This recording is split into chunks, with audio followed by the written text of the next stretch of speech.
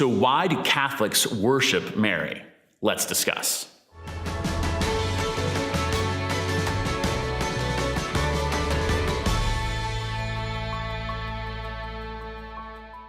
When people ask me, why do Catholics worship Mary? The first answer I have to say is, we don't worship Mary. So let the record show, spoiler alert, Catholics don't worship Mary.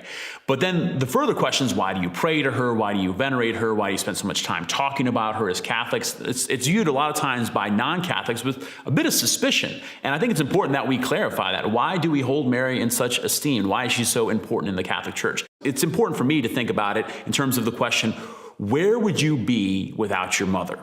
Where would you be? If your mother didn't exist, where would you be? And the answer to that question is, you wouldn't be here, because all of us came from a mother. And the shocking reality of Christianity is, at the very heart and center of Christianity is something that we call the incarnation, that God became man. So that God truly became man without ceasing to become God, became true man, and he took on his humanity, took his flesh in the womb of Mary. So he received his humanity from Mary. So that for 9 months, Mary carried the Word made flesh, Jesus, in her very body, that she gave birth to the Word made flesh through her body, that she fed the Word made flesh with her body, that the Word made flesh, Jesus, as he grew, as he eventually would go around teaching, as he eventually would be arrested and suffer and crucify and die, that he gives up his body and blood to save us, that he received that body and blood from Mary.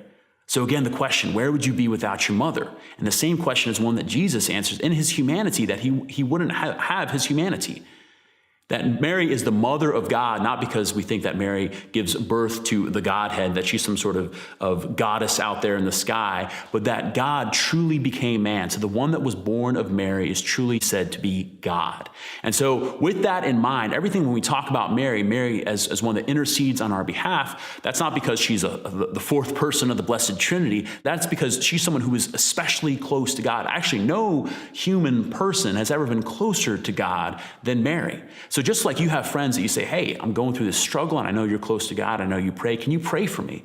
And many friends will say yes to that, and they'll even maybe pray for you right there, which is a beautiful thing. That we believe that Mary is as close to God as anyone could possibly be, not only here on earth, but now that she's with God in heaven especially. So when we ask Mary, pray for us sinners, now and at the hour of our death, we're saying that because we know that she is close to God and she intercedes on our behalf. And that she gives us a great example too, not only as being the mother of Jesus, but also as being a disciple.